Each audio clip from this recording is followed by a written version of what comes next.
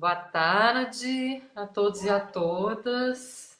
Essa é mais uma atividade da ADUF durante a pandemia. A gente tem feito lives toda quinta-feira às 16 horas para tratar de assuntos pertinentes à conjuntura.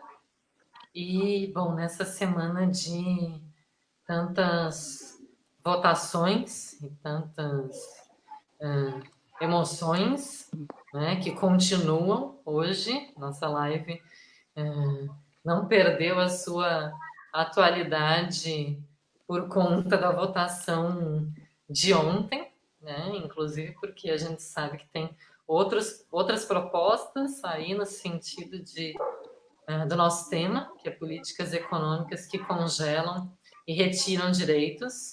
A gente quis trazer esse debate e já tensionar no próprio título da live, né, o que significa isso que é dito como congelamento, né, quais são as consequências que isso traz. O congelamento muitas vezes mascara a ideia da retirada de direitos que essas políticas econômicas trazem. Então, para conversar com a gente sobre o tema, a gente tem a presença de dois professores da UF, professor João Claudino, da UF em Rio das Ostras, professor Evelyn Farage, da UF em Niterói.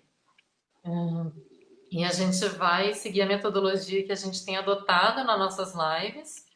Então, vamos fazer falas iniciais de 15 a 20 minutos, cada uma das falas, com os nossos dois debatedores, e depois a gente abre para perguntas e comentários que podem ser feitos aqui nos comentários da live, e eu passo para os nossos convidados. Então, agradeço muito quem está nos assistindo, agradeço a Eblin e ao João por terem topado o nosso convite para participar dessa live, e a gente vai começar com o João, depois a gente passa para a Eblin. Então, muito obrigada. João, está contigo a palavra. Então, boa tarde para nós, né? Então, eu acho extremamente interessante uma proposta dessas, numa situação bem difícil, né? Eu não estou acostumado com isso. Em primeiro lugar, eu queria agradecer, né, ao convite para essa conversa, agradecer todos os profissionais que estão lutando, né, os profissionais da saúde que estão lutando para que a gente permaneça e estão lutando nas suas frentes, né? Aos que estão também nos assistindo, trazendo as coisas para quem precisa em casa, e todas as pessoas que assistem, né?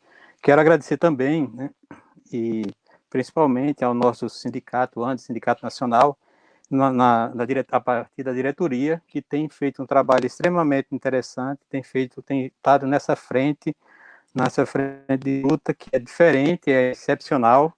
Agradecer também ao nosso sindicato, a seção sindical, a ADUF, que ela tem feito esse esforço de fazer uma luta de uma forma também extremamente difícil.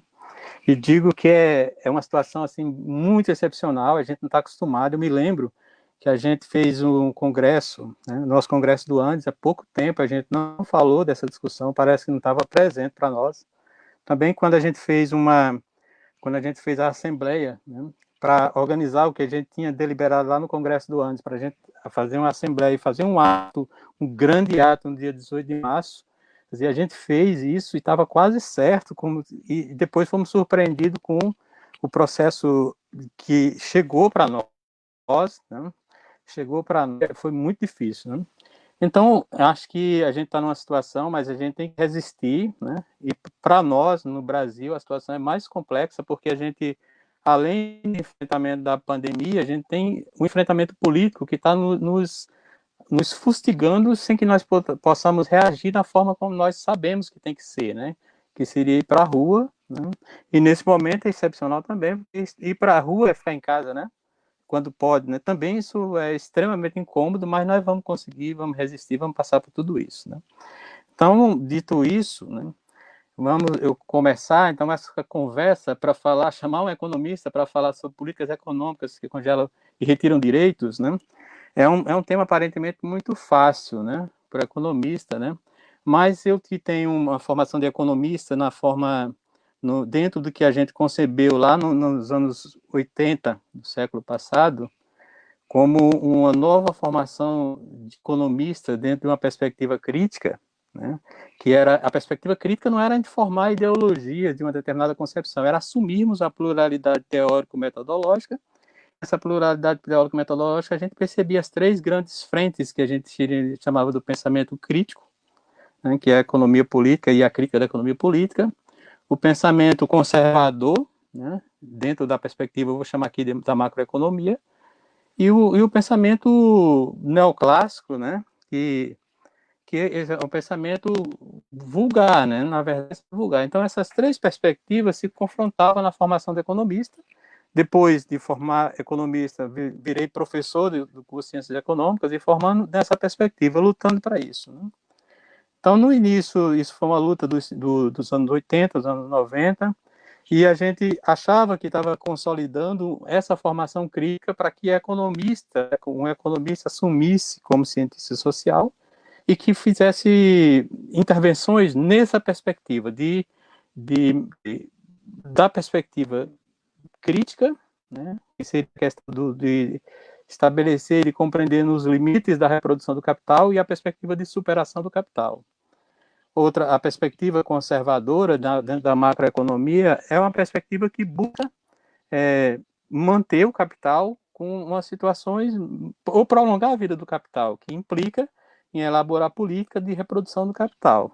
Então, essa perspectiva, né, ela é uma perspectiva que predominou, né, no que a gente chamou depois de predominância do keynesianismo, e que depois, né, com a crise de superprodução do capital, a necessidade do capital de se recompor, né, sobretudo a partir do esfacelamento da União Soviética e da derrubada do Muro de Berlim. Olha o que eu estou falando, né? Não é queda do Muro de Berlim, é derrubada do Muro de Berlim.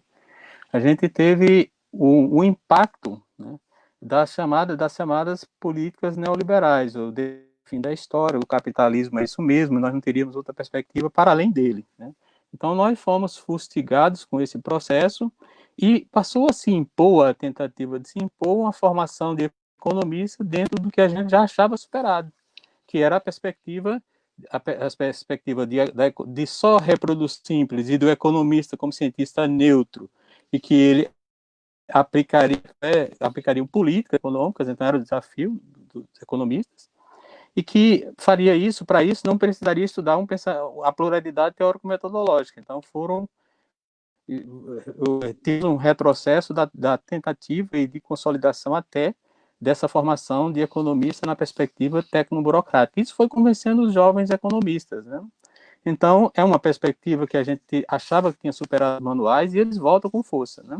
Então, por que estou dizendo isso? Porque essa formação, ou essa perspectiva, ela traz, né, ela traz os economistas dentro de uma perspectiva de políticas econômicas ou técnico-burocratas, né, que simplesmente olhava para os indicadores econômicos, como a gente é acostumado a olhar para PIB, olhar para reprodução, para avaliação, só esses indicadores, né?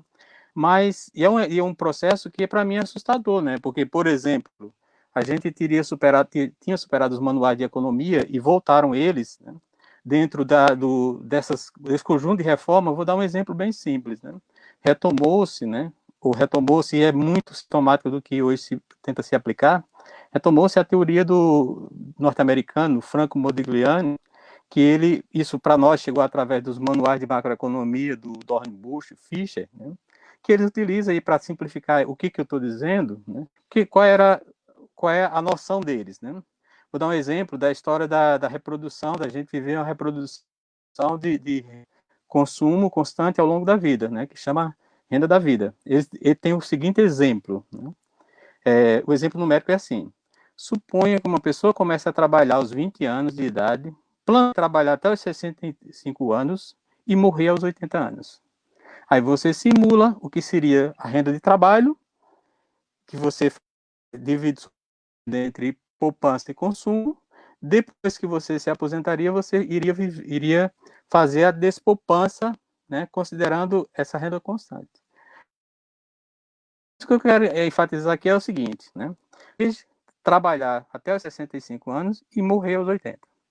Por que eu estou dizendo isso? Porque há muito tempo me incomoda esse conjunto de reformas contra a classe trabalhadora, né? E embora seja um exemplo numérico, isso é sintomático do que como é que pensam os economistas, os gestores do capital, que eles pensam, né, do ponto de vista, exemplo, se a gente planejou os 80 anos e a gente não morreu, a gente está prejuízo para a sociedade. Ou a gente não tem como se sustentar, a sociedade teria que se sustentar. Então, isso é um impacto do que pensam os economistas e como é que esses economistas estão gerindo o capital. Então, acho que é um processo, né? E esses economistas, né, depois, né, quanto mais se afeta a crise dos economistas, têm dificuldade de gerir o próprio capital. A questão dos planejamentos econômicos que que se tentou durante o século XX, né?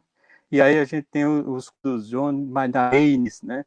Tem dentro da economia norte-americana John Kenneth Galbraith, né? Tivemos Celso Furtado com tentativa de formular políticas econômicas, né, que dessem um certo equilíbrio para a reprodução do capital, e considerando a classe trabalhadora que se inseria nisso, né, o próprio Keynes propõe que você tenha uma manutenção da classe trabalhadora, porque os trabalhadores são quem efetivamente reproduz o capital, não só produzindo riqueza, ou produzindo o próprio capital, mas são os trabalhadores que produzem o consumo. Né?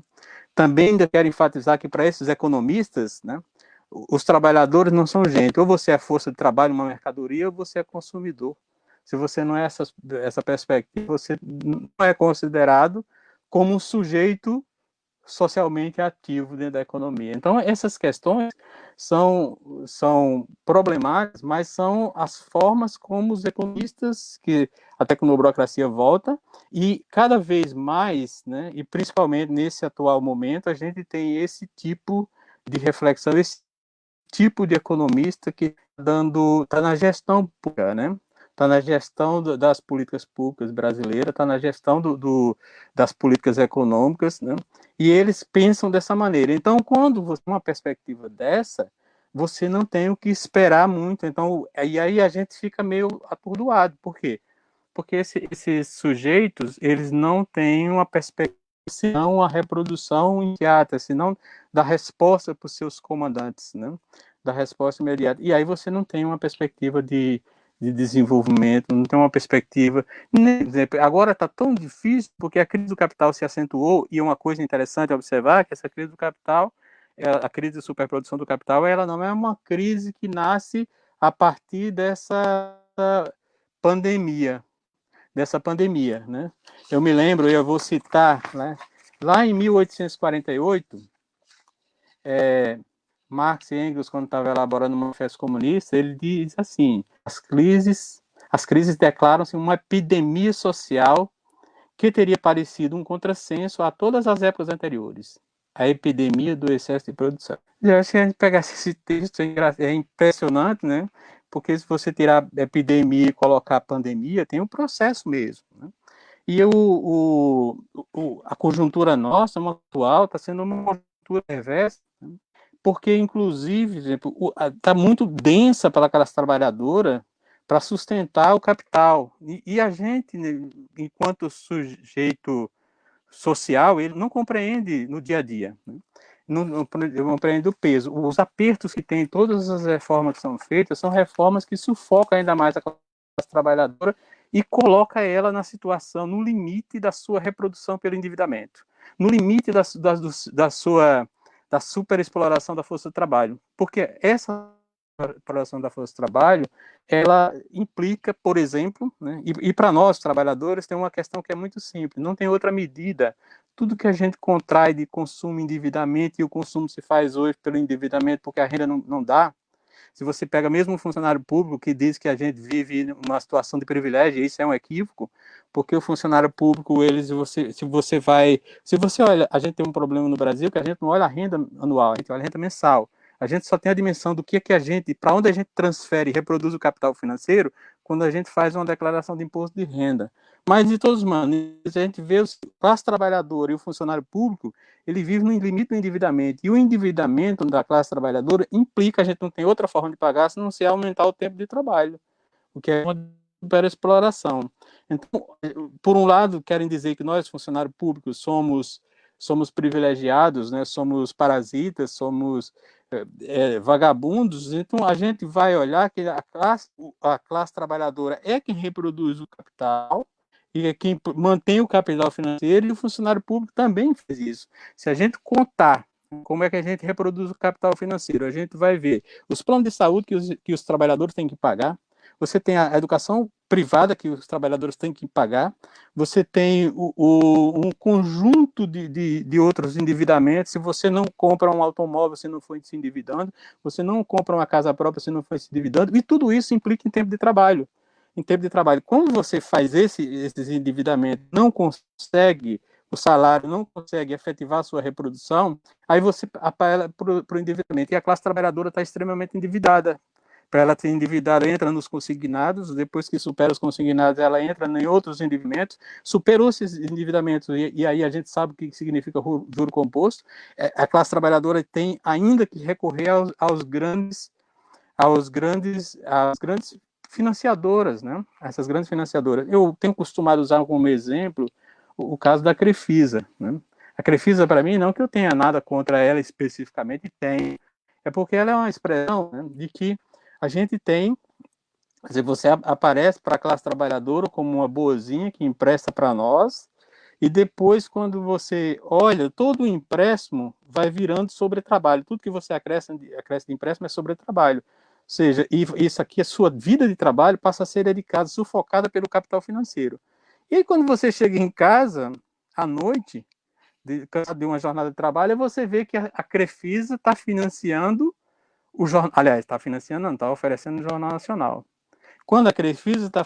Aí você tem a TV aberta sendo financiada pelo seu empréstimo. Então, o capital a juros, o juro que você pagou dos seus empréstimos físicos, esses juros são os que mantêm o grande capital. Então, se você olha em casa, eu estou na TV aberta, mas eu estou pagando a TV aberta. Então, o capital financeiro tem sufocado sobremaneira a classe trabalhadora. E nesse momento de sufocamento pelas políticas econômicas, né, de sufocamento, o medo que se tem, né, que a classe trabalhadora se organize e perceba isso e resolva, porque para você, né, para você garantir o seu mínimo de reprodução, você teria que se livrar dessa perspectiva. Ou teriam a elevar salário real que é preciso para reproduzir o próprio capital, e isso não se faz, ou então você teria que renunciar a esses endividamentos. Então, esse processo, e aí se tivesse uma organização coletiva nessa perspectiva, e aí seria uma coisa muito impactante, porque mexeria no capital e afetaria o capital, então aí seria inverter os papéis, então esse processo afetaria efetivamente a classe do capital, e essa é a preocupação que tem o próprio capital. O pequeno, e uma coisa que eu queria por é que o pequeno empresário, e esse é terrível, que ele se acha capitalista, né? Porque tem uma birosca, um pequeno comércio, ele se acha capitalista, quando na verdade ele não passa de um trabalhador mesmo, né? De um trabalhador, e aí vive uma inversão de valores, né? Então essas são essas questões iniciais que eu queria dizer, e por exemplo, vou recuperar só o que o Galbraith diz, esse por fim, que ele falava assim, que a gente, para entender o próprio capital, era preciso que os economistas tivessem uma formação diferente. No final da vida, o Galbraith escreveu um livro que chamou A Economia das Fraudes Inocentes, né? E essas fraudes, ele pergunta assim, por que é uma fraude? Se é fraude, por que é inocente? Se é inocente, por que a inocência é fraudulenta? E ele vai falar a formação dos nossos gestores que vão implementar essas políticas de sufocamento da classe trabalhadora, né? Quando, na verdade, você precisava, não do ponto de vista da crítica da economia, mas do ponto de vista da própria necessidade de reprodução do capital, era preciso que é preciso que as políticas sejam de expansão de expansão do salário da classe trabalhadora, que esse é que reproduz efetivamente o capital. E é o que não se faz, né? Então, o que eu queria trazer nessa provocação inicial são esses problemas para a gente identificar, né? Identificar a dimensão da crise do capital, sem contar que a crise do capital já é uma crise de superprodução, e que o capital é um processo que, desde a Segunda Guerra Mundial, do pós-Segunda Guerra Mundial, da suspensão da Segunda Guerra Mundial, ele já traz uma perspectiva destrutiva do que o Mandel chamou de capitalismo tardio, ou seja, o capital não tem mais sentido para o desenvolvimento social e humano, e a forçação desse desenvolvimento, ele acelera as crises de superproduções, cujo processo de controle do capital, né, para além das gestões, ele precisa de ser um sistema que produza destrutivamente e a indústria bélica é a representação disso, né? Uma outra questão, e por fim eu queria dizer para nós, é que para o capital, como não se consegue fazer uma política expansiva, e aí vem esses ataques, essa redução, é produzir um sistema que o Chico de Oliveira, nosso querido Chico de Oliveira, chamou de sistema autofágico, né? Se autodestruir, criar situações de auto-se-destruir. Então, acho que inicialmente essa provocação, é tempinho curto, mas essa provocação, para a gente ver a dificuldade, né? A dificuldade de tocar políticas públicas, a não ser que seja políticas econômicas, a não ser que seja processo violento, agressivo e destrutivo para as trabalhadoras, submetendo a condições mais perversas de sobretrabalho, e que essas políticas, elas são, na verdade, denúncias ou escancaramento de que o capital não tem mais resposta nenhuma para a classe trabalhadora, nem para o próprio sistema. E a gente precisa se reinventar nesse momento, né? Ver como é possível fazer isso. Então, por enquanto, obrigado. Já fui 20 minutos, mas depois a gente volta. Então.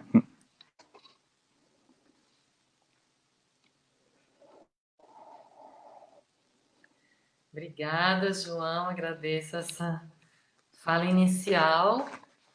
Então, agora a gente vai passar para Evelyn, agradecendo também a disponibilidade de participar da nossa live. Então, boa tarde a todas e todos. Primeiro, quero agradecer muito o convite da ADUF. Tem sido um orgulho ter uma seção sindical que está cumprindo tão bem seu papel nesse momento.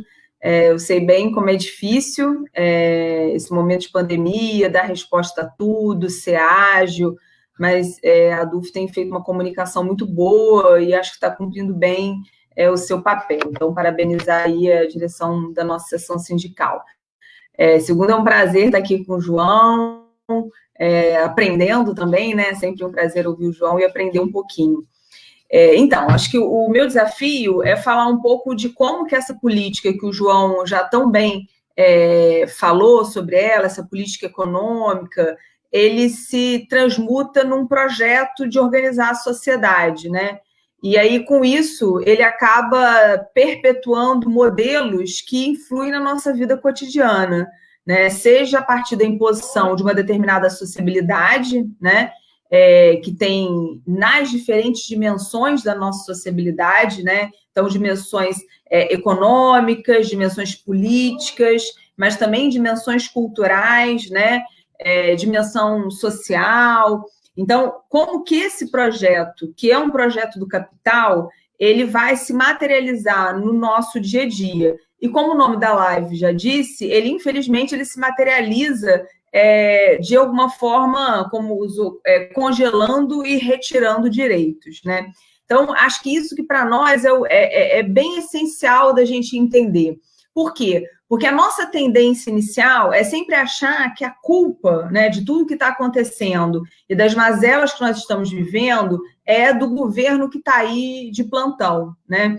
E acho que quando o João resgata uma política, um projeto de política econômica que tem fundamento teórico, isso é muito interessante.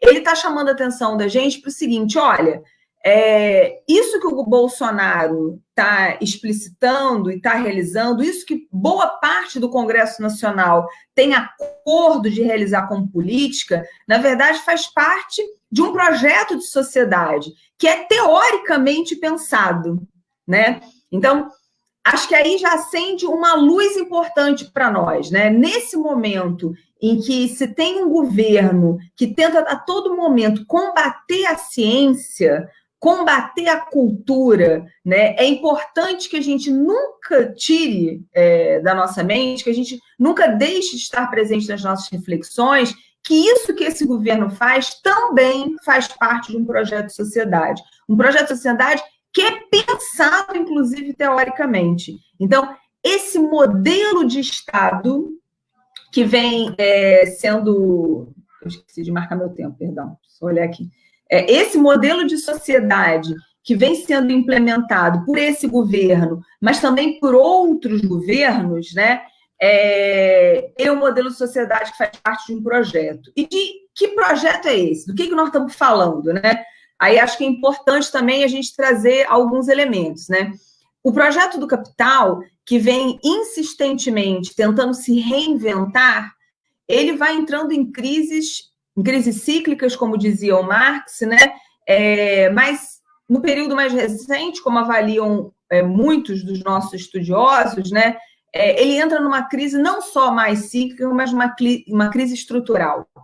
Isso significa o quê? Significa a impossibilidade desse modelo de gestão do Estado, da economia, da política, de dar respostas para superar essa crise. Portanto, de elevar o próprio capitalismo a um patamar que ele vivia antes. Um patamar de quê? Um patamar de obtenção de lucros, que é esse o objetivo da política econômica do projeto do capital, garantir os lucros, né? Isso faz um outro link para nós, né? Quando o Bolsonaro fala, quando o jornalista questiona ele sobre as mortes que no Brasil já ultrapassaram a China, e ele fala, e daí? Isso revela este projeto do capital. E daí se morreram? Porque o que importa é salvar a economia. O que importa é salvar os lucros e não salvar vidas. E se para salvar a economia for necessário que morram muitos, isso para o capital não interessa, né? E, em especial, eu diria que não interessa para nenhuma parte dos capitalistas, mas, em especial, para esse setor ao qual o Bolsonaro se enquadra, que é um setor de extrema-direita, com bases fundamentalistas, miliciano, com bases milicianos e militar, né? Então, para esse governo, de fato, a morte de muitos não vai importar, né? Porque o que importa retornando, é salvar os lucros do capital, né?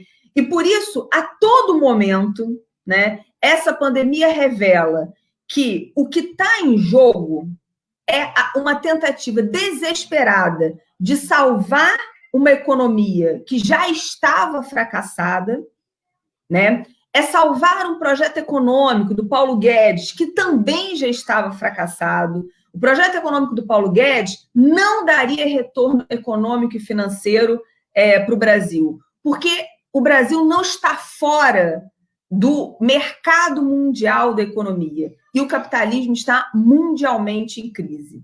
Então, as ações e as alternativas que o Paulo Guedes oferece para tentar salvar o capitalismo, elas são absolutamente insuficientes no momento de uma crise estrutural do capital. Então, é isso que a gente vê sendo implementado. Bem, nessa tentativa de tentar resgatar o capitalismo de sua crise, a reconfiguração dos estados, né, passa a ser um elemento central da economia.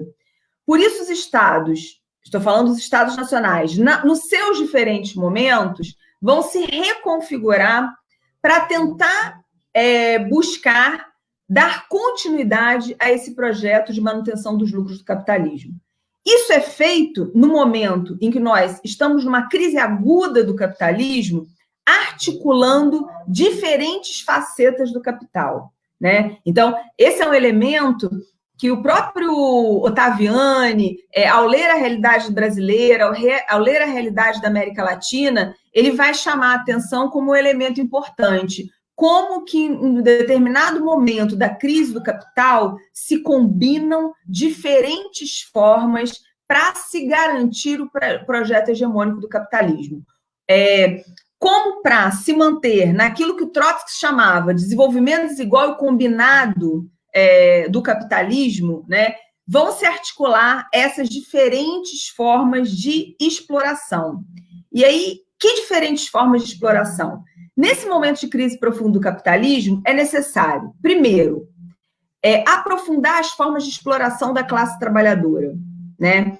E isso vai ser feito na maior parte dos países, e sem nenhuma exceção, muito no Brasil também, através das contrarreformas trabalhistas. São contrarreformas que retiram o direito dos trabalhadores e que garantem benefícios aos empresários, que fragilizam as relações de trabalho, retirando o direito dos trabalhadores e, portanto, garantindo mais lucro para o capital. Então, uma maior exploração da classe trabalhadora. Uma exploração da classe trabalhadora que combina diferentes formas de exploração, inclusive formas arcaicas, como dizia o Ottaviani, que hoje nem caberiam mais na sociedade, como a escravidão moderna, né? Formas análogas ao trabalho escravo. Então, por isso, não é incomum nós vermos antes desse governo desestruturar a justiça do trabalho e os promotores, né? A gente vê situações de trabalho análogo ao escravo em fazendas nos quais os proprietários são banqueiros, né? Por quê? Porque se combina diferentes formas de exploração. Então, o capital rentista, ele se junta com outras formas de exploração para tentar garantir a manutenção dos seus lucros. Então, essa exploração, essa superexploração do trabalhador passa pela retirada de direitos e por uma exploração física maior do trabalhador. Um outro elemento, nesse processo de tentativa de recuperar os lucros do capital, entra uma perspectiva de apropriação privada do fundo público. Por isso, um conjunto de contrarreformas tenta, de diferentes formas, ou as privatizações clássicas, ou as chamadas privatizações não clássicas, que, na verdade, querem permitir com que a iniciativa privada se aproprie do fundo público. Como que isso acontece? Isso acontece quando, por exemplo, se implementa um fundo de previdência do funcionalismo público, como é o caso da Funpresp. É uma maneira de retirar dinheiro do trabalhador e jogar esse dinheiro na iniciativa privada. Ou no caso da Empresa Brasileira de Serviços Hospitalares. Novas formas de privatização que, na verdade, têm o objetivo de desresponsabilizar o Estado, né? E, ao mesmo tempo, garantir outras formas de acesso à riqueza que é socialmente produzida, né? Então, a apropriação do fundo público, ela passa a ser fundamental. Não é à toa que, na aprovação da PEC, da chamada PEC da Guerra, da PEC 10, um dos elementos que era central para o Congresso Nacional era aprovar a injeção de verba pública nos bancos, né? Então, é 1 trilhão para os bancos, mas o governo diz que não tem dinheiro, né? Inicialmente, a proposta era de um auxílio emergencial de R$200, né? Então, não tem dinheiro para quem? Porque para os empresários tem dinheiro. Então, neste momento, em nome de combater a pandemia, o governo está fazendo o quê? Perdoando dívida de empresários. Só que são empresários que, na maior parte das vezes, já não pagavam suas dívidas. E, por isso, o rombo da Previdência é tão grande, porque a inadimplência dos empresários é enorme. Não é que a Previdência é deficitária. A Previdência ela é roubada. E ela é roubada também pelos empresários que só negam e que não pagam, não cumprem com as suas obrigações fiscais. E isso não é no momento da pandemia, é em qualquer momento. Então, o Estado vai do fundo público, né? Esse, para nós, é um elemento muito importante, porque ele vai permeando todas as políticas que vão tentando ser implementadas, impostas pelo capital. E nesse período de pandemia, essas políticas elas vão se agravando. Por que elas se agravam? Porque a gente está vivendo um período absolutamente atípico, um período de exceção. Não adianta querer achar que este período, ou fingir que esse período é um período de normalidade, porque nós não estamos vivendo um período de normalidade. Nós estamos vivendo um período absolutamente de exceção, em que as pessoas foram obrigadas a um isolamento social, do qual elas não tiveram preparo, elas não tiveram preparo material, elas não tiveram preparo emocional. Isso, inclusive, compromete a nossa possibilidade de exercer com algum nível de naturalidade a nossa rotina de trabalho, né? Bem, então, essas ações, elas vão se transmutar, elas vão se apresentar como isso que vem se chamando de congelamento ou de retirada de direitos. Bem, então, a pandemia, ela passa a ser apenas mais uma justificativa para uma economia que já estava falida, para um projeto econômico do Paulo Guedes, que também não ia ser bem sucedido, né? Mas que se acelera ou revela com mais rapidez a sua impossibilidade de dar respostas a esse momento. E aí, o que a gente vê? A gente vê nitidamente, no que tange a política econômica, um alinhamento entre o executivo, entre o legislativo, entre o judiciário e entre os meios de comunicação. Eles podem discordar em pontos da pauta social, em pontos da pauta cultural, mas não no ponto da pauta econômica. Por isso, todos vão ter acordo que é necessário reestruturar o Estado.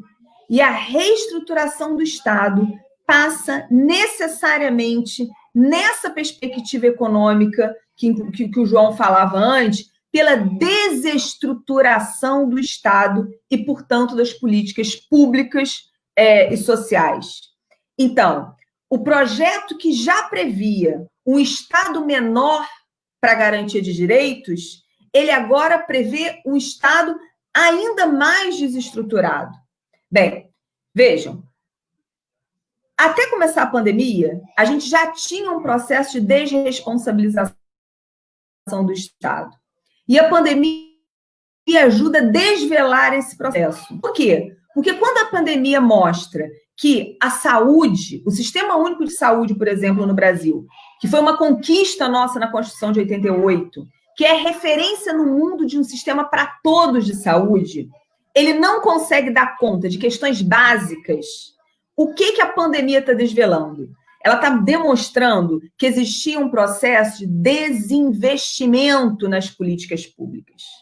Então, vejam, como pode um estado como o Amazonas só ter UTI na capital? Isso só é revelado agora no momento de pandemia. Mas vocês imaginem que só agora as pessoas estão morrendo no Amazonas? Não. As pessoas devem morrer por falta de atendimento médico e por falta de tratamento intensivista. Só que a pandemia revela isso de forma mais aguda, né? A pandemia revela o quê? Revela que não tem equipamento de proteção social. A pandemia revela que uma parte dos profissionais da saúde não estão acostumados com os equipamentos de proteção social.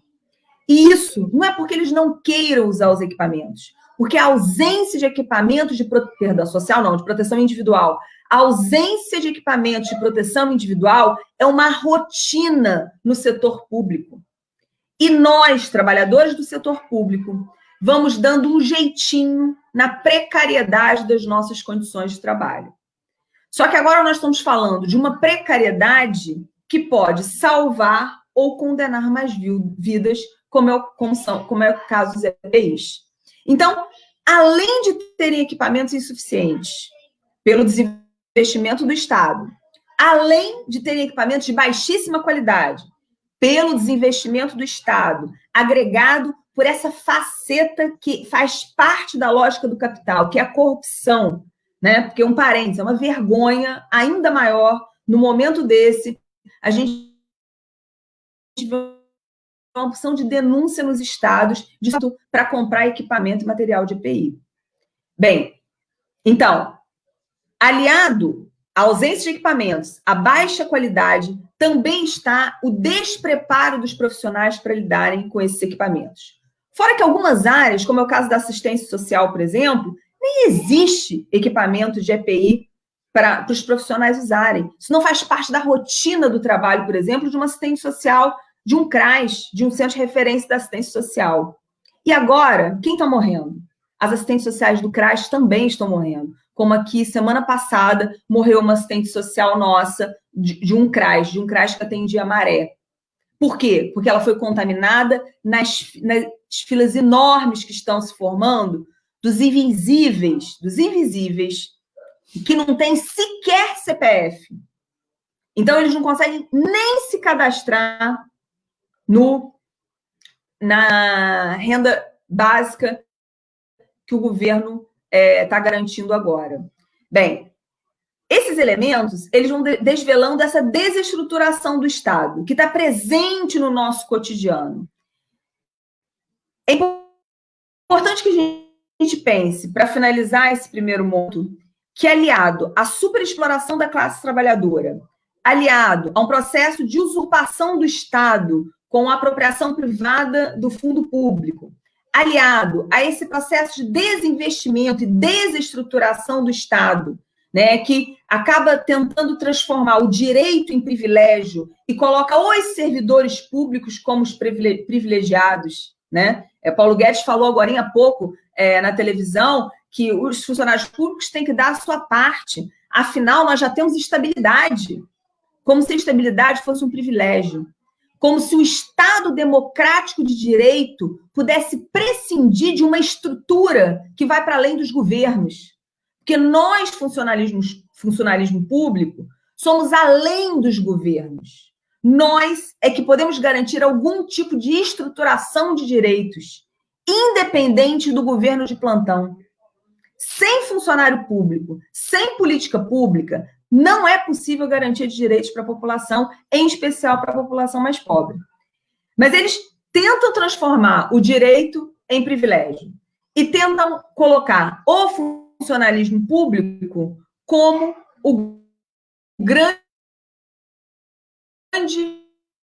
lobo mau e o grande mal. Isso vai se confunde a deterioração do Estado e para que se retire ainda mais direitos, né? Agora, não mais só da iniciativa privada, dos trabalhadores da iniciativa privada, mas também dos servidores e das servidoras públicas. A isso tudo, para fechar, é importante que a gente compreenda que nessa particularidade que nós estamos vivendo da conjuntura brasileira, de ascensão da extrema-direita, isso tudo vai ser recheado com o fundamentalismo neopentecostal, com a perspectiva miliciana de gestão do Estado e com o aceno para o autoritarismo das Forças Armadas.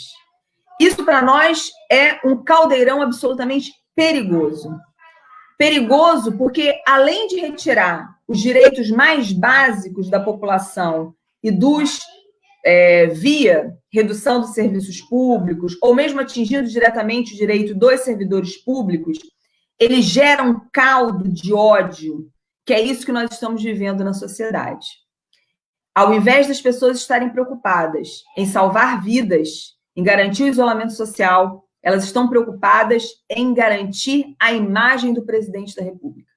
Um presidente que pauta o seu discurso e as suas ações no ódio, numa perspectiva absolutamente anti-ciência, de senso comum, né? Uma perspectiva que serve, nesse momento, à burguesia. Como eu venho dizendo para terminar, esse é o melhor presidente que a burguesia poderia ter no momento de pandemia. A isso, nós somos chamados a combater.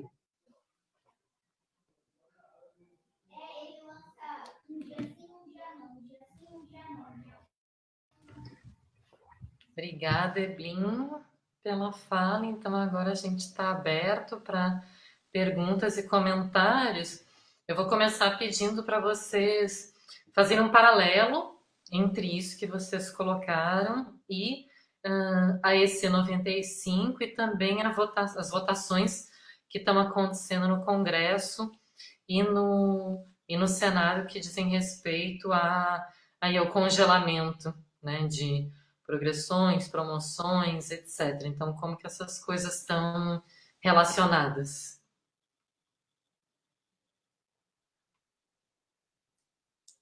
Acho que o João está voltando.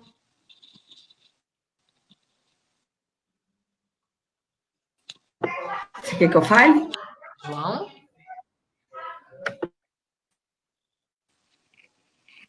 João, conseguiu voltar?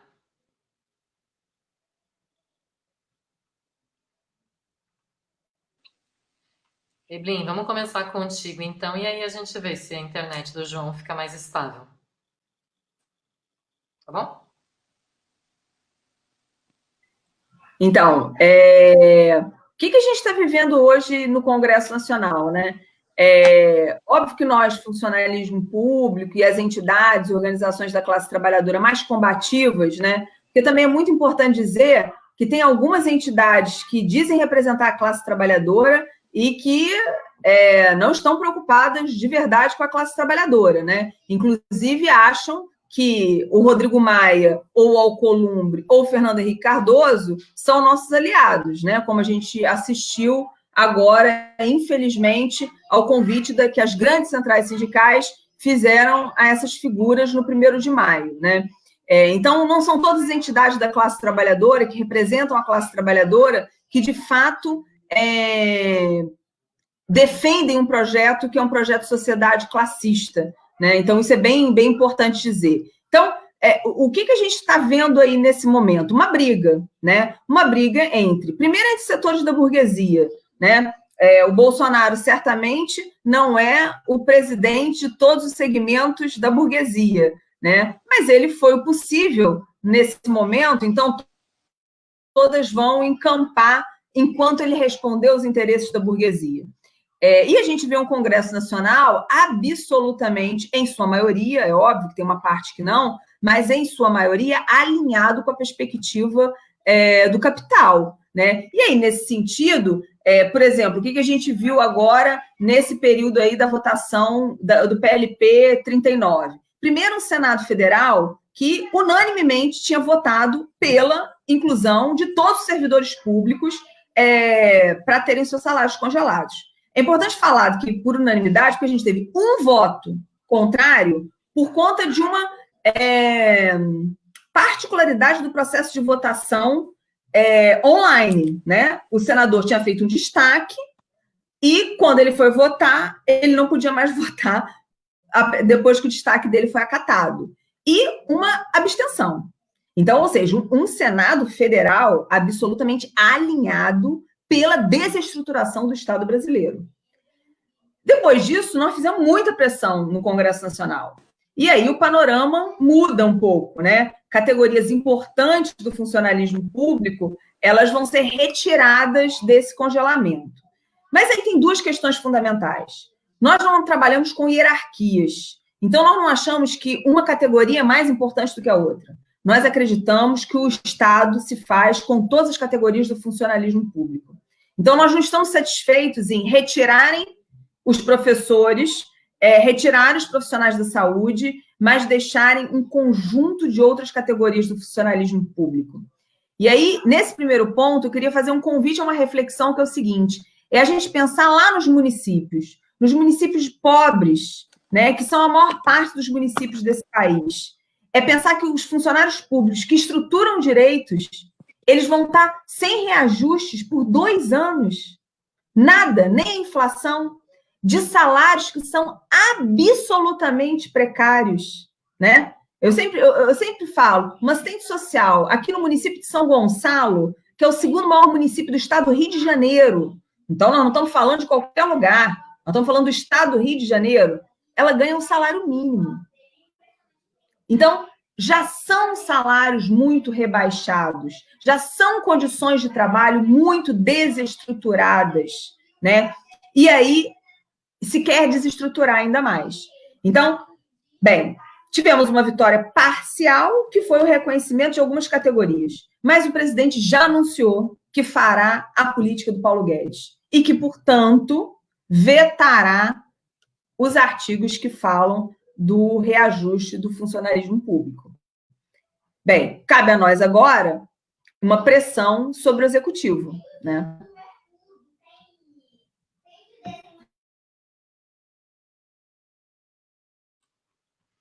Obrigada, Evelyn. João, está nos ouvindo?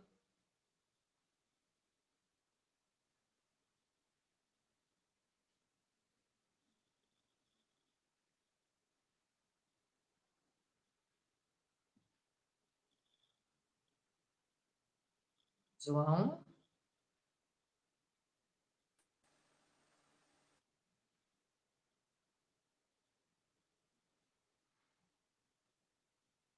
João, está nos ouvindo?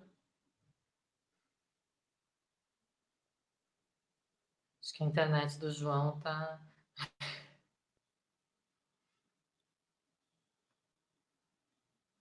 ruim.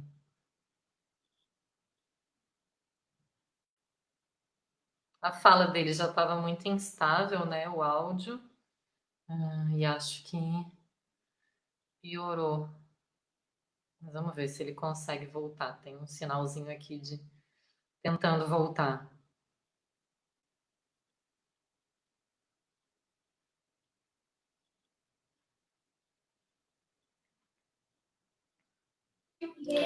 Eu tenho aproveitado todas as lives que eu participo, Nina, desculpa aí, enquanto o João está tentando voltar, porque quase todas dão algum problema técnico, para mostrar a inviabilidade do ensino à distância, entendeu? Nós estamos falando aqui, ó, né, de dirigente, de professores, entendeu?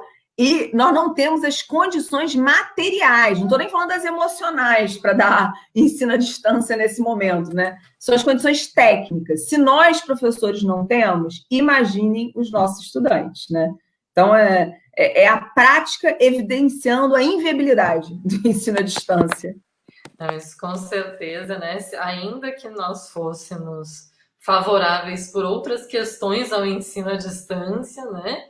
Questões fundamentais que nos fazem ser contra, existe uma falta de condições objetivas para realização, porque de fato toda live a gente ou demora para entrar no ar, ou fala de alguém trava, ou alguém cai.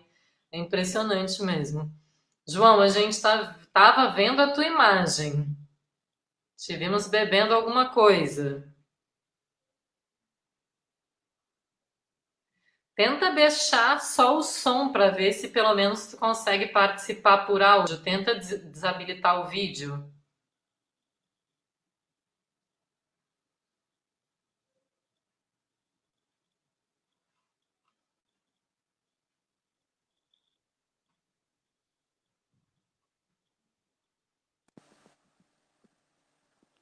Vocês estão escutando? João, tenta desabilitar o vídeo.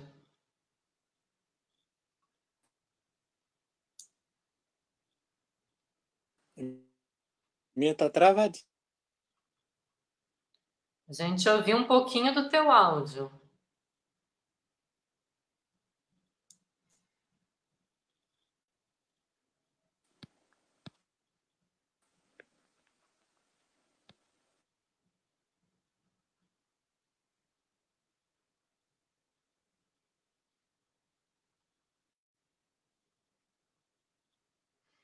Eblin, vamos passar então para a próxima pergunta e aí a gente vê na seguinte se o João consegue, se a gente consegue ter a participação dele. E enquanto eu estiver falando, eu também vou mandar uma mensagem para ele para ver se ele entra só com se ele sai da live e entra só com o áudio.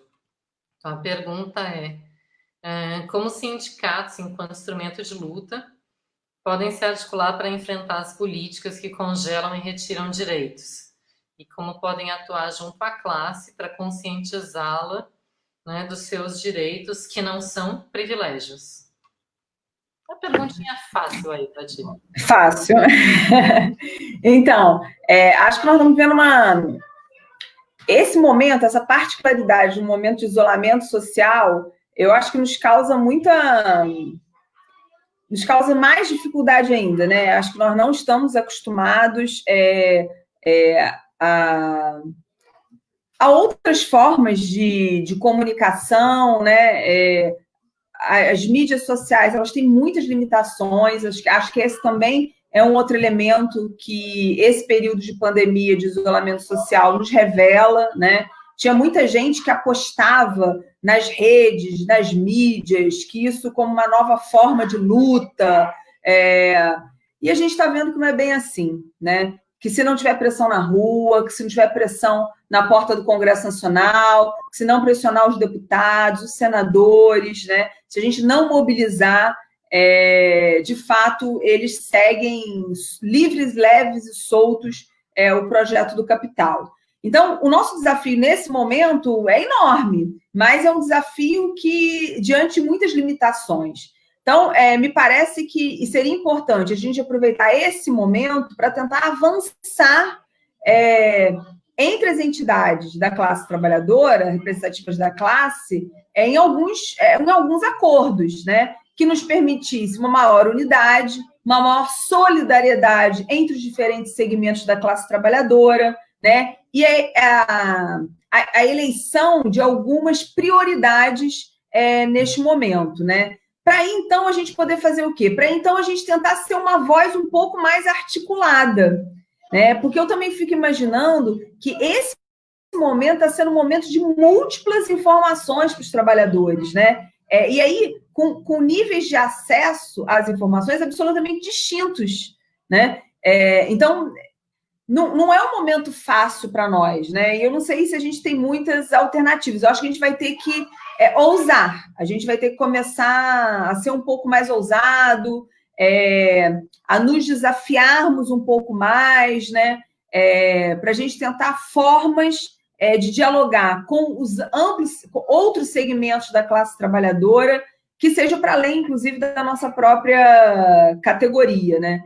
E acho que para dentro da nossa categoria, o grande desafio é mostrar que, nesse momento, é necessário que a gente defenda uma educação pública que ela é para todos, né? E que a imposição de determinadas, ou do ensino à distância, ou de determinados trabalhos remotos, eles não permitem que a educação seja para todos, né?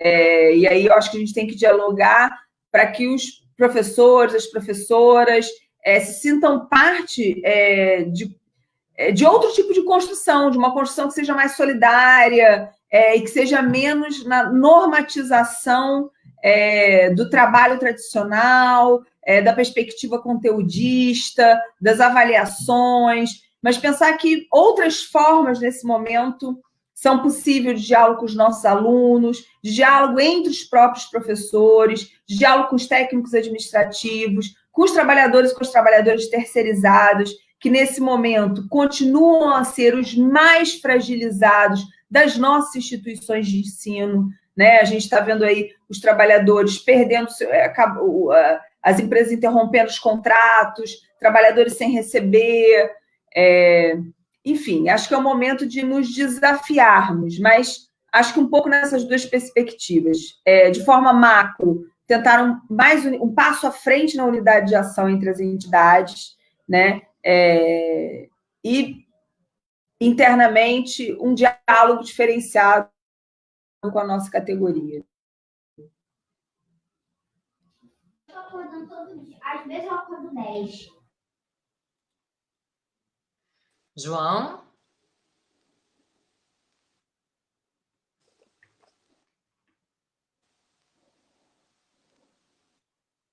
O João conseguiu voltar. Mais ou menos. Agora escutei um pouco, melhorou um pouco. Vocês estão me escutando? Estamos te escutando. Eu que fico cortado o retorno de vocês. Entendi. Não, mas agora a gente está te escutando. Eu tinha começado fazendo uma pergunta, João, que era né? Como que a EC95 e agora essa proposta de congelamento de congelamento das progressões, promoções, salários de servidores públicos se relacionam com aquilo que vocês expuseram na fala inicial.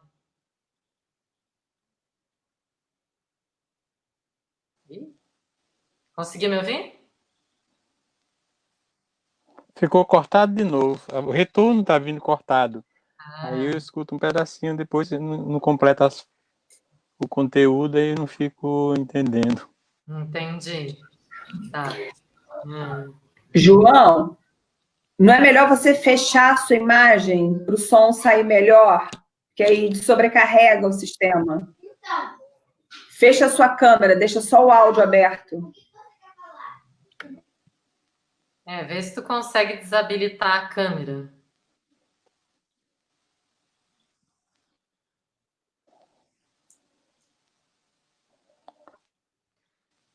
Tá nos...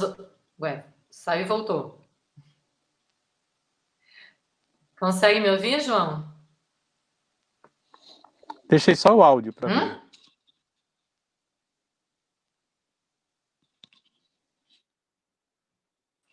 Tá me ouvindo? Eu deixei só o áudio para ver se... Agora a gente ficou só com o teu áudio. Vamos ver se funciona assim. Não deu, não. Não conseguiu?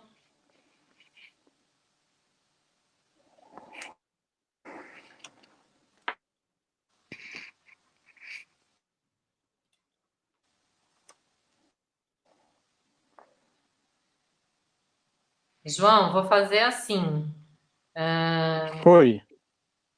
Eu vou ler a próxima pergunta. Às vezes eu escuto, sim, mas... Tá, eu vou ler a próxima pergunta e te mando também pelo WhatsApp enquanto a Eblin responde, tá bom? Que a gente tá te ouvindo, tu que não tá nos ouvindo.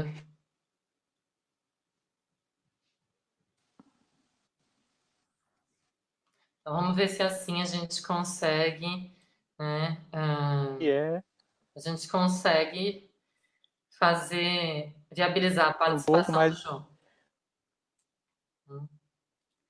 Então, a próxima pergunta é se vocês vislumbram possibilidades ou estratégias de luta para nos contrapor a essas políticas que vêm contra os nossos direitos como docentes nessa conjuntura de Covid, em que não podemos apelar aos mecanismos de pressão mais comuns, como paralisações ou passeatas.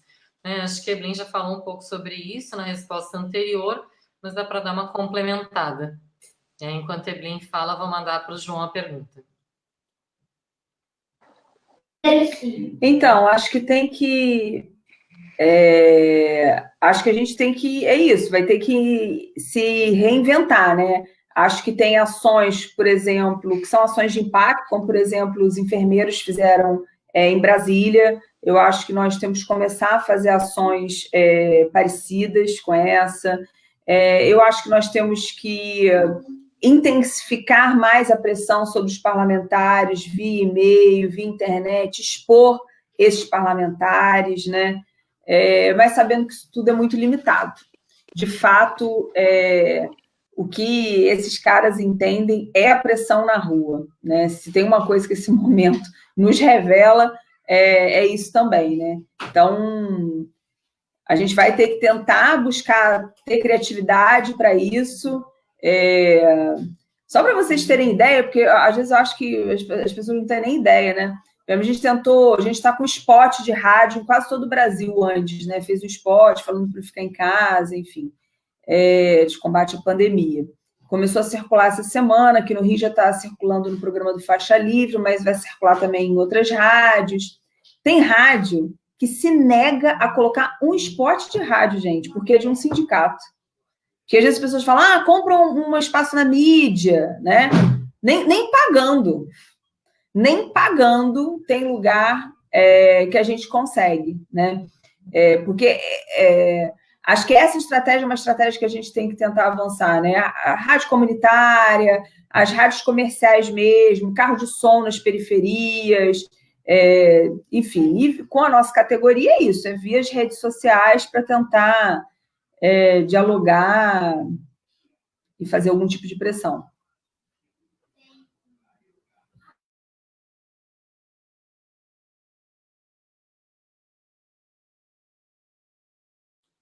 João caiu, talvez não dê para ele seguir participando na nossa live. Eu estou tentando me comunicar aqui com ele. Então, a gente tem mais uma pergunta. Se o presidente vetar a retirada de determinadas categorias do congelamento do salário, o que vai ser possível fazer?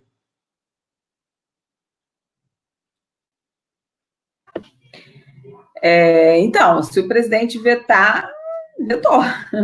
Não vai ser possível muita coisa, né? O que a gente está falando agora é uma pressão sobre o executivo, sem entender que isso foi uma vitória nossa, porque a gente não pode considerar que salvar algumas categorias e tirar outras, né, que isso seja uma vitória, porque isso incentiva a disputa entre os diferentes setores do funcionalismo público, uma competição entre nós, isso hierarquiza quem é mais importante, quem é menos importante.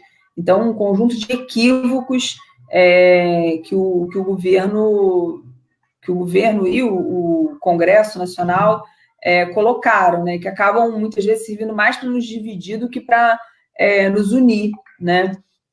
Então, a gente acha bem ruim essa forma, né? E se o presidente vetar, só voltando para o Congresso, né? Não tem muito o que fazer. O que nós vamos ter que fazer, no caso nosso, da carreira, aí especificamente dos professores, é porque existe uma controvérsia sobre o texto, né?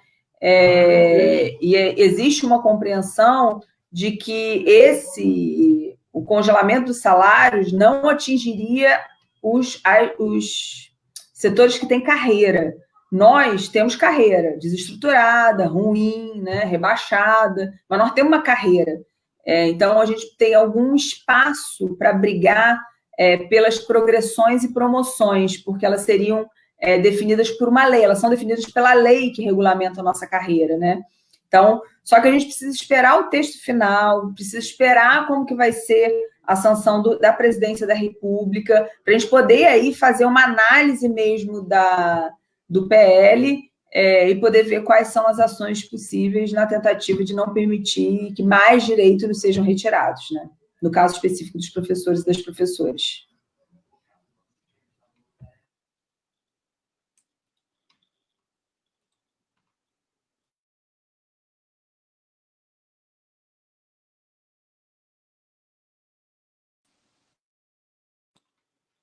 Evelyn comentou, né, essa dificuldade da gente se comunicar via uma mídia mais massiva. Aconteceu conosco também, quando a gente se viu impossibilitado de ir para a rua no dia 18 de março, né, porque a quarentena no Rio de Janeiro começou no dia 16, a gente também tentou fazer ações mais massivas, e em algumas delas a gente não conseguiu. A gente teve, por exemplo, a empresa de outdoor que não aceitou, né, que censurou o nosso texto, que era um texto muito tranquilo, assim, perto das coisas que a gente já disse e diz ainda hoje. Era um texto bem tranquilo, e a gente teve que mudar de empresa em cima da hora, porque não aceitou. Então, não é simples mesmo a gente ir para mídia massiva, né? Além dela ser cara, muitas vezes, nem se a gente quiser pagar, a gente consegue veicular o nosso conteúdo nela, né? Então, acho que o João conseguiu voltar, vamos ver, tomara que dê certo. De qualquer maneira, mandei a pergunta para ti, João, pelo WhatsApp. Tá difícil de tu nos ouvir, mas Isso, eu vi a Já pergunta que viu? você mandou. Estou conseguindo estar um pouco, né? Vocês Sim. estão conseguindo Então vamos escutar? fazer o seguinte: vou ler a pergunta no ar, só para todo mundo saber, e aí a gente começa contigo respondendo, tá? Então a pergunta é: Uhum. existem algumas críticas, especialmente de economistas, em relação à auditoria da dívida, que uma auditoria não reverteria necessariamente em mais recursos públicos para serem destinados às políticas públicas. Como que vocês veem essas críticas? Então vou começar com o João e depois passo para a Evelyn.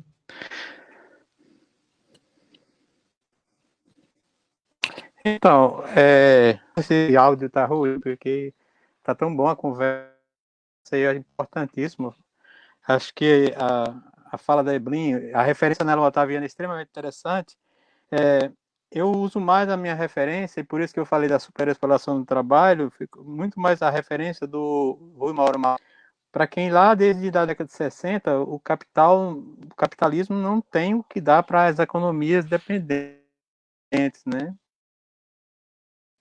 E ficou chocado por esse processo todo, né? E aí vem o do Rui, né? O período que o Rui Mauro Maurino foi um das do processo, né?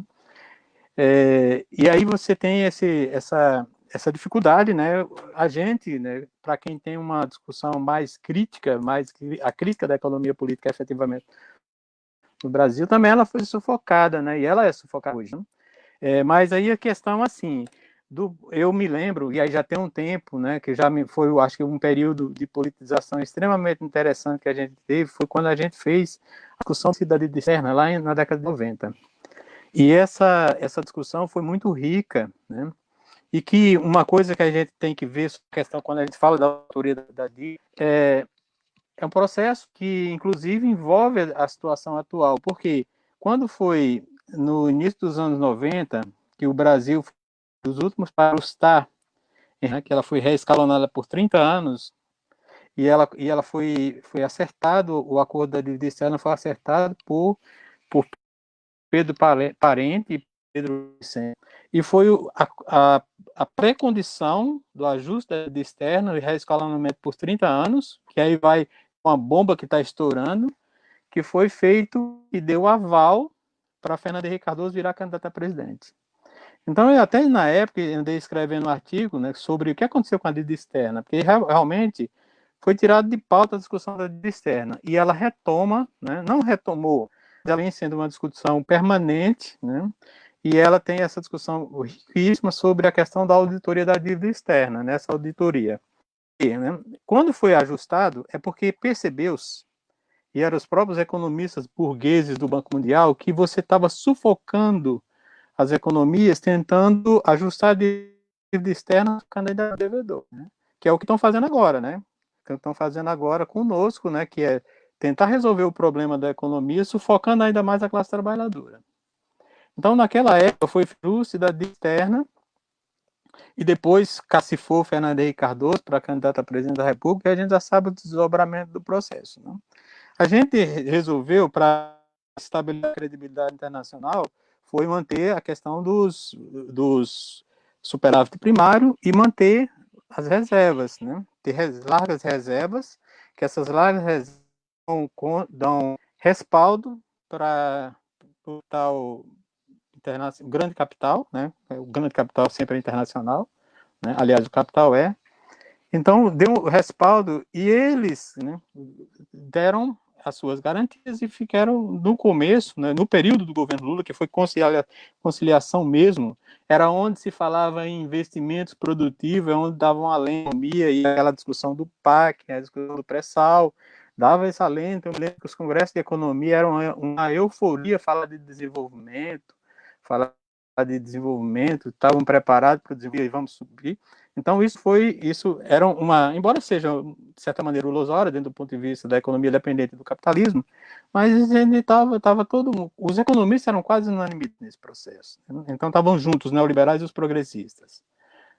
Então, depois desse ajuste, né, desse processo, aí você tem a escalada autoritária liberal com a crise de superprodução do capital, e nós não conseguimos, nós agora nos nivelamos crise internacional, né? Quer dizer, nós somos país dependente, que é muito mais agressiva, e principalmente a classe trabalhadora, cujo processo é de superexploração da força de trabalho, né? São condições ruins, condições adversas dos trabalhadores, né? O Rumina, em 69, ele mostrava que a superexploração, né? E aí tinha como, aí vou ler isso aqui, da citação dele, né? A superexploração do trabalho constitui, portanto, o princípio fundamental da economia subdesenvolvida, com tudo isso que implica matérias de baixo salário, falta de emprego, analfabetismo, nutrição e repressão policial. Então isso foi dito lá em 69. Então, que me parece um tanto atual, né? Parece conjunto.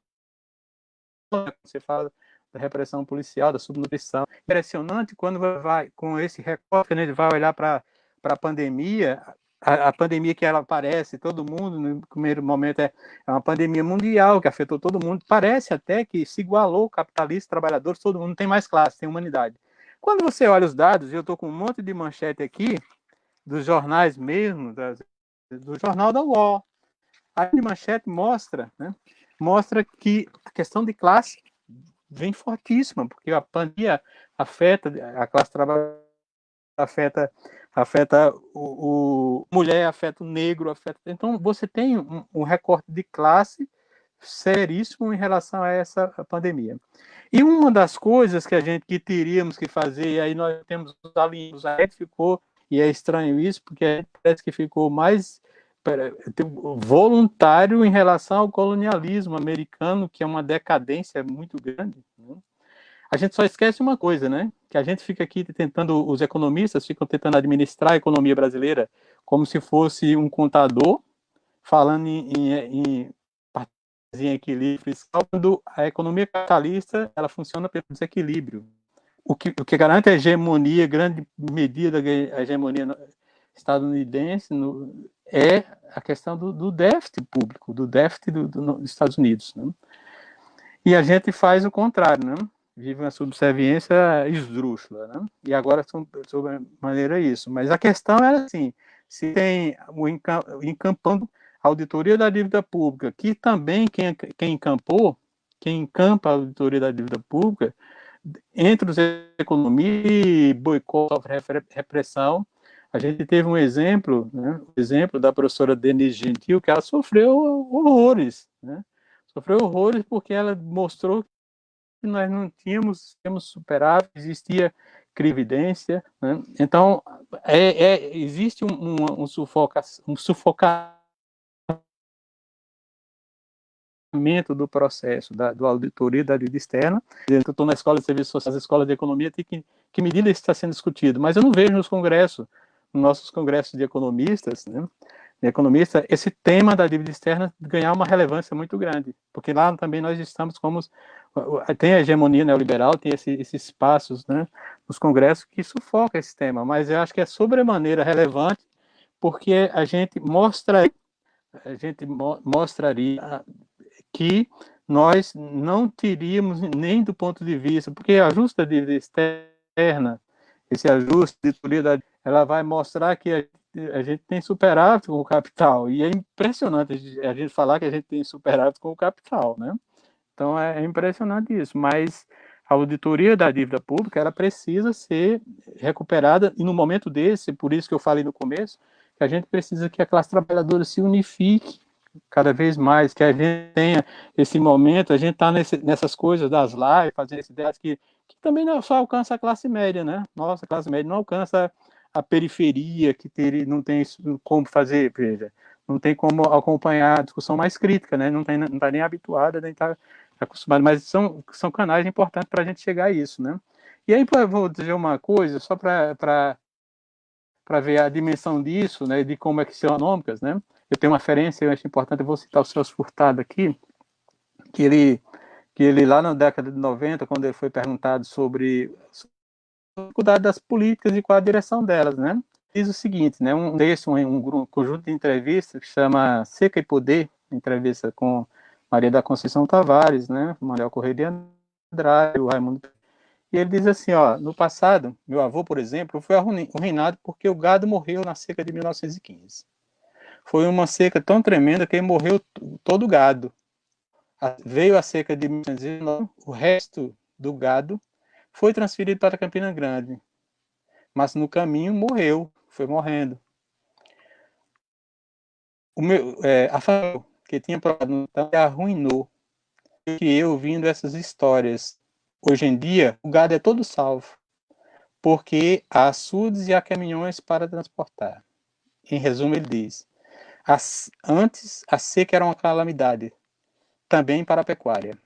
Hoje em dia, não dói no fazendeiro, dói na população que fica sem comida. Esse retrato, é a expressão do que é hoje.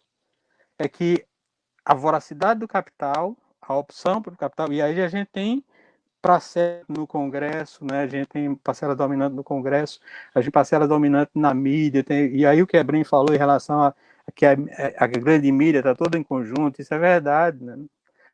Mesmo porque quando a gente tem capital por ações, a gente não tem efetivamente definido que um grupo e o outro, né? Porque eles se cruzam, eles se entrecruzam. Se você for olhar os canais da Globo, a gente viu vários canais, a Globo tem de canal de pornografia até o esporte, passando por religião, tudo. Então a gente às vezes só olha para a Globo, mas é um conglomerado, as informações são todas essas centralizadas, né? Num texto faz um tempo, Os Novos Cães de Guarda, o Sérgio Hiller me dizia que não adianta o jornalista dar um furo jornalístico para lá, porque a mídia está concentrada pelo grande capital. Então a gente tem essa dificuldade. Era importantíssimo a bandeira, né? A bandeira da auditoria da dívida pública. Na época que a gente estava discutindo a dívida externa, a auditoria externa, eu estava lá no São Luís do Maranhão. E lá a gente fazia nos bairros, ia para todos os bairros, chegava lá nos lugares da periferia mesmo. A gente chegava em casa de moradores, em apoiadores, chegava lá e a gente revertia essa história todinha, porque a gente tem do pobre que dever é uma desonra, e eu dizia assim, olha, se a dívida pequena é um problema do devedor, se a dívida é grande é um problema do credor. Aí eles se sentiam mais fortes, né, quando a dívida pública, né, e a dívida pública é um problema do credor. Aí você inverte a concepção da população, o que significa uma dívida pública, né, que o endividamento público afeta o cotidiano dele, né, deixa de ter políticas públicas por causa da opção que no caso furtar a opção do fazendeiro, né, e a população sem comida. Então a gente tem essa dificuldade, né, e os economistas não com essa discussão da dívida pública, a gente tem essa hegemonia neoliberal terrível, né, ou essa da coisa que eu falei dos economistas das fraudes inocentes, né? Embora Galbraith disse que tem umas fraudes que seja não tanto, né, como a própria, e ele está falando da formação dos economistas, né? Que ele vai desdobrar nessas concepções de políticas públicas, tipo, contando dados, né? Dados para ir para a televisão, os gestores, exemplo do Paulo Guedes, que é mais representativo das coisas mais toscas que existem enquanto artista, né? Não daria aula nem de economia neoclássica nas universidades públicas, e está lá tentando, está se juntando com o presidente para fazer medo para a população, para achar que a gente que não tem dinheiro. E olha, uma coisa que eu estou achando que é o seguinte, se a gente for averiguar, o pobre tem uma situação tão difícil e não tenho dúvidas, ou tenho certas dúvidas, que esse dinheiro que receba, ao invés de ir para a comida, se não vá para pagar parcelas de dívidas. Isso é que me preocupa sobremaneira, mas é essa dificuldade de politização que a gente que dá medo, né? E quando a pessoa diz que o Paulo Freire não pode, tem que ser excluído dos movimentos, tem que não chamar atenção, não deixar que Paulo Freire, que as pessoas se importem com o que diz Paulo Freire. Eu até tentei escrever agora, estou tentando escrever sobre o chamado legado de Paulo Freire. Eu fiquei pensando assim, Paulo Freire, nós, muitos professores da universidade, entrou na universidade vem de uma situação difícil, né? As situações mais simples, né? A vida mais simples, estudando, que disse a nós, se estudar a gente conseguiria um lugar melhor, né? Eu brinco com meus estudantes que eu digo que você estuda, quando a gente tem a promessa que se estudasse ia trabalhar na sombra, né? E aí não tem todo o esforço feito e agora tentando destruir isso, né? Porque as pessoas aprender a escrever o nome. Hoje, se a pessoa aprende uma coisa, descobre que tem direitos, né? Tem direitos. Então, quando tenta se manter esse sufocamento agora, evitar que a gente tenha as mediações, ou uso Paulo Freire como referência, é porque é perigoso mesmo, né? Os meninos que ocuparam a escola outros dias, né? São considerados, como outrora, as classes perigosas, não? Porque pensam e respondem, criam uma determinada consciência política de direitos, né? E de lutar pelos direitos, né? Que é isso que vem sufocando a questão, a palavra direitos. Ela é tão importante para nós, né? E a gente está falando de comunismo, não, a gente está falando de direitos humanos minimamente na reprodução do capitalismo, né? Na reprodução do capitalismo, né? Então isso é difícil, mas assim, a gente tem que apostar nessa perspectiva, né?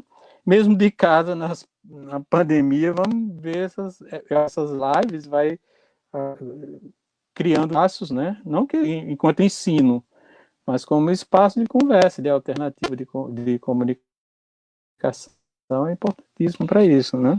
Então, a gente politiza mais essas ações e a discussão da vida pública, especialmente da retomada, né, da retomada, ampliando para as comunidades, para todos os lugares, a discussão da auditoria da dívida pública, tem um significado daquela discussão, retomar aquela discussão lá do plebiscito da dívida externa, que movia a gente nos anos 80 e nos anos 90, moveu sobremaneira.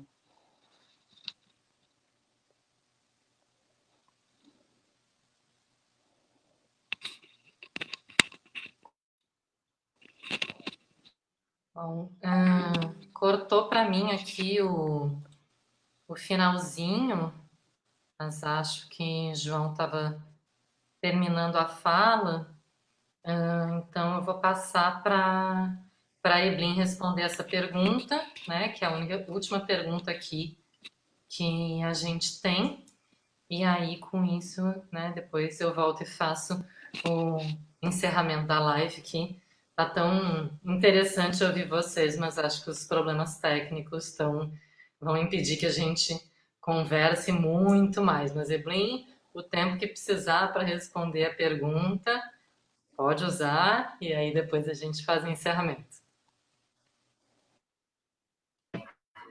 Então, vou falar bem rapidinho, né? Porque nem sou economista. Eu sei que tem uma crítica àquela pizza, inclusive, que a Auditoria Cidadã da Dívida faz, que mostra o montante pago por juros da dívida, porque uma das questões seria que ela poderia induzir a uma leitura de que, se o governo decidisse parar de pagar os juros da dívida pública, todo aquele montante poderia ser investido em políticas públicas. E dentro daquele montante ali, tem coisas que o governo não tem como parar de pagar, né? E que tem a ver com as dívidas, outras dívidas também, né? Enfim, existem algumas críticas, e outras críticas que eu também nem saberia falar. O que eu acho o seguinte: existe uma defesa que é uma defesa política, entendeu? E a defesa que a gente faz é a defesa, sim, da auditoria da dívida pública, inclusive como consta na Constituição Federal de 88, né? A nossa avaliação é de que essa dívida já foi paga, né? Essa dívida tem que ser revista, e mais, não importa se é aquele montante todo ou é metade daquele montante, o que importa é que o dinheiro público ele não pode servir para pagamento de juros para rentista, enquanto a classe trabalhadora está vivendo uma série de restrições, né? Então, nesse sentido, a gente defende, sim, a suspensão do pagamento dos juros da dívida, em especial para os rentistas, né? E que a verba pública ela seja investida em recursos públicos, né? Nem pagando juro, nem salvando empresário, nem salvando empresa, enfim. Então, é uma defesa mesmo política, né? Fora que eu acho assim que a auditoria, no caso da auditoria cidadã da dívida, o trabalho deles é muito mais do que esse, né? A Maria Lúcia Montorelli é uma pessoa incansável na luta dela de pressão pelos parlamentares, de pressão sobre os parlamentares, de tentativa de que eles não aprovem artigos como o Jabuti, como eles estão fazendo nesses, né? Que aprovam dinheiro para os bancos, né? Título que o governo vai comprar título podre e por aí vai, né? Então, acho que ela é muito incansável nessa luta e de fato, a auditoria da dívida ela é uma parceira do Antissindicato Nacional na produção dos dados, na produção dessas reflexões sobre a questão econômica, na pressão que a gente tem que fazer aos parlamentares. É isso.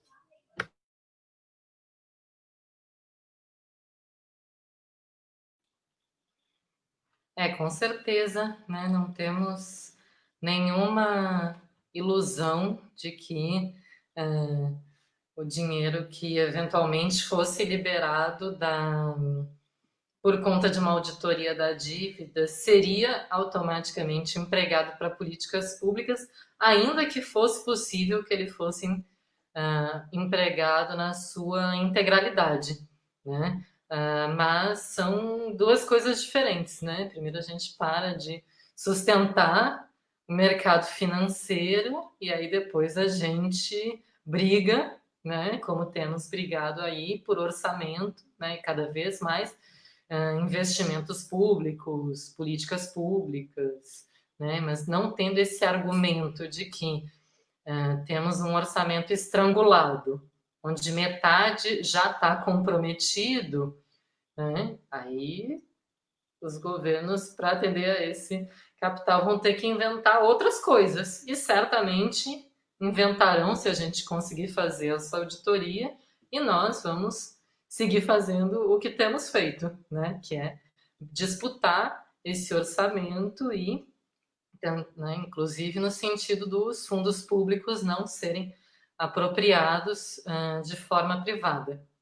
Então, essa foi uma live sobre essas políticas econômicas que congelam e retiram direitos.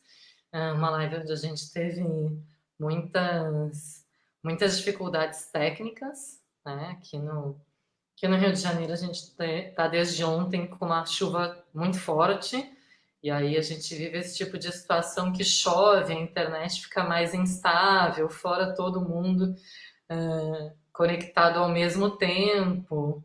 Então, né, como Eblin aproveitou para lembrar, imagina se fosse uma aula, né, o que teria sido. Mas ainda assim, né, acreditamos que a live contribuiu, falou, né, de pontos importantes. Para quem teve problema na conexão e perguntou, o vídeo fica gravado e fica disponível aqui no Facebook da ADUF. Aproveito para avisar que esse domingo, excepcionalmente, a gente não vai ter o Cineclube virtual, porque, enfim, domingo é Dia das Mães e muita gente vai estar envolvido nessas comemorações, mesmo que à distância. Então, na semana que vem, a gente vai ter live e vai ter, na quinta-feira, às 16 horas, e no dia 14, e no dia 17 volta o nosso Cineclube virtual. Então, fiquem atentos e atentas à página da ADUF, onde a gente divulga essas iniciativas que a gente está fazendo durante a pandemia. As da ADUF também, divulgamos a do Antissindicato Nacional, que também tem live toda semana.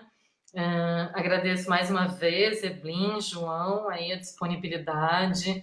João, agradeço muito todo o esforço para participar da live aí, diante das dificuldades técnicas. Eblin também, a conexão estava instável, mas estava menos, né? Não precisou interromper a fala em nenhum momento. Então, agradeço muito a disponibilidade, agradeço por terem compartilhado aí as reflexões de vocês conosco, agradeço para quem nos assistiu e a gente retoma na semana que vem. Boa tarde.